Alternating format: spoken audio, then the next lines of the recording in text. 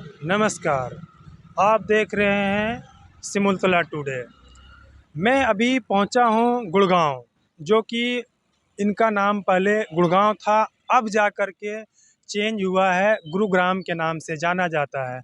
जो कि गुरुग्राम एंड गुड़गांव में सेक्टर 41 में जो बीएसएनएल केंद्र है, इस केंद्र में अभी मैं पहुंचा हूं। इस जगह पे सेक्टर 41 में बीएसएनएल के दिल्ली भारत की पुरानी कंपनी, सबसे पहला कंपनी बीएसएनएल के नाम से काफ़ी मशहूर कंपनी है और काफ़ी पुरानी कंपनी है, कि जो कि हमारे बेहतरीन सर्विस देने वाला बीएसएनएल था, जो कि आज हमारा बीएसएनएल बिछड़ा हुआ है।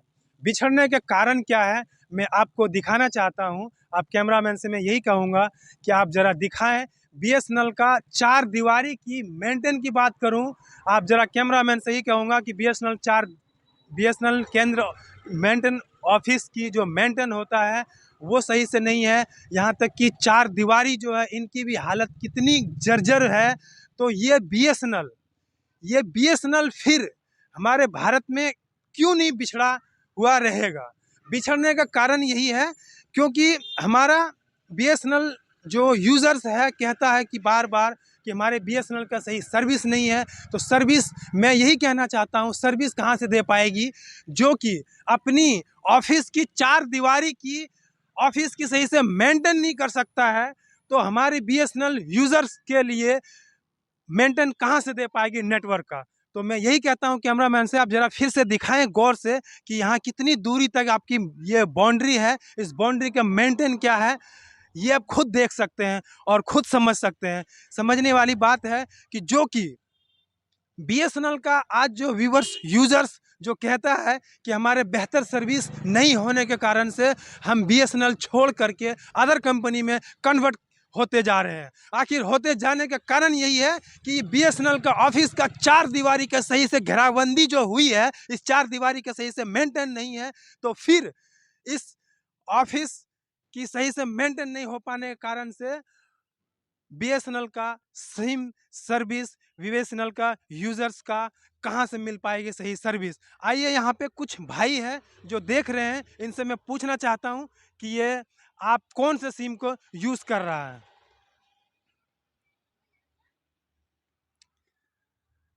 क्या नाम है आपका? ब्रजवान सिंह। मेजबान सिंह। जी। तो आप कौन सा सिम यूज कर रहे हैं अभी? बीआई। बीआई। जी। बीआई का फुल फॉर्म क्या है? वोडाफोन। वोडाफोन। जी। वीआई। वोडाफोन कंपनी जो है, जी। आपको पता है ये वोडाफोन कंपनी हमारे इंडियन है या बाहर का है? जी इंडियन है। वोडाफोन इंडियन है। जी। शुरुआत ये इंडियन नहीं था, ये पहले कंपनी बाहर की थी। ठीक है। और आप जो यूज़ कर रहे हैं वोडाफोन वीआई, जी। आप बीएसएनएल एक बार आप यूज़ करके देखिए। जी। अब हमारे बीएसएनएल ने 5G लॉन्च करा है। जी।